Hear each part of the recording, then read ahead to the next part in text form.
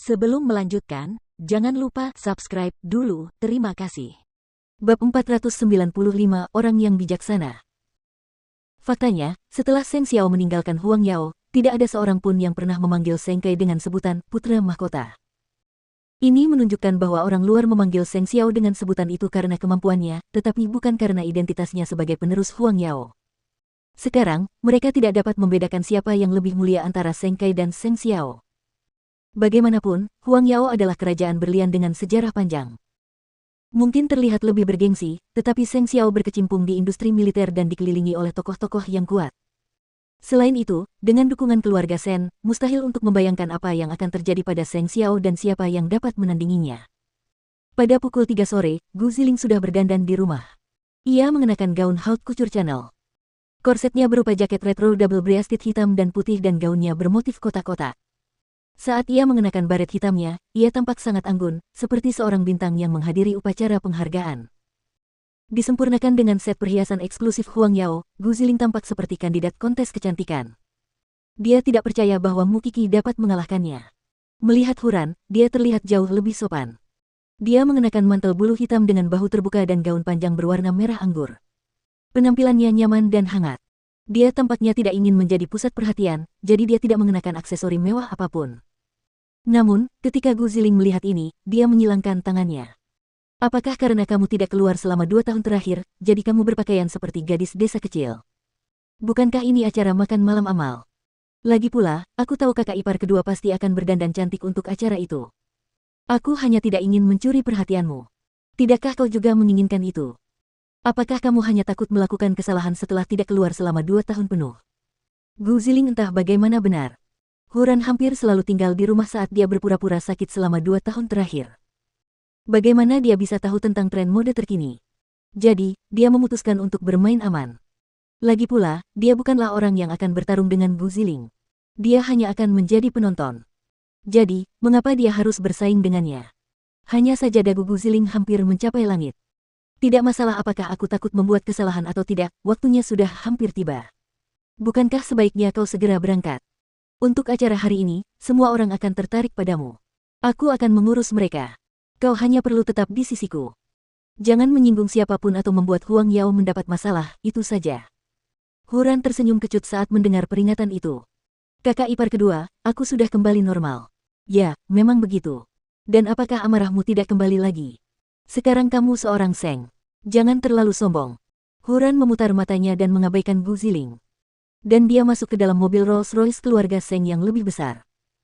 Meskipun dia agak terlihat seperti seorang gadis yang hanya seorang pembantu yang tugasnya membawakan sepatu untuk Gu Ziling. Dia bertanya-tanya apa yang akan terjadi ketika mereka bertemu Mu Qi. Sebenarnya, Seng Xiao tidak menyiapkan pakaian yang terlalu mewah untuk Mu Qi. Bagaimanapun, ini adalah jamuan amal, bukan acara pamer. Namun, saat ia mengenakan sweater turtleneck putih dan celana panjang berpinggang tinggi warna unta, dengan jaket bermanik-manik putihnya, ia tampak bersih dan cerah. Meskipun pakaiannya biasa saja, namun melengkapi kulit putih Mu Qi dan membuatnya tampak muda dan anggun dengan mudah. Pasti banyak orang yang berusaha memamerkan kecantikannya hari ini. Jadi, alih-alih berpakaian cantik, dia harus menjaga sikap tubuhnya yang anggun. Saat pergi, Mu Qi tidak mengenakan aksesoris apapun.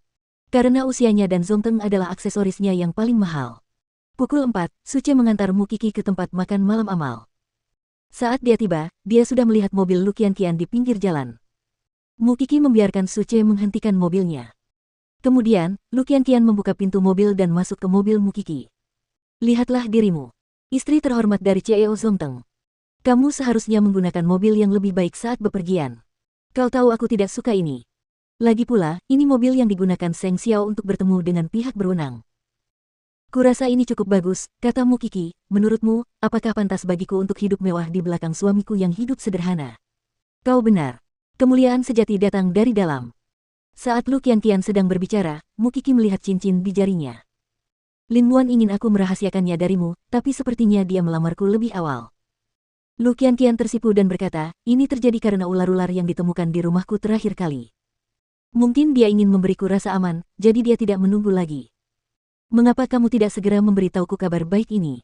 Jangan menggodaku lagi. Aku sangat sibuk setelah menjabat sebagai ketua. Lu Qianqian melotot padanya. Sebenarnya, Lu Qianqian berpakaian cukup sopan hari ini. Ia tampil dengan gaya yang elegan dan feminin. Lagi pula, ini bukan kesempatan untuk pamer. Baiklah, sudah waktunya. Ayo kita pergi ke karpet merah. Mu Qi hendak keluar dari mobil.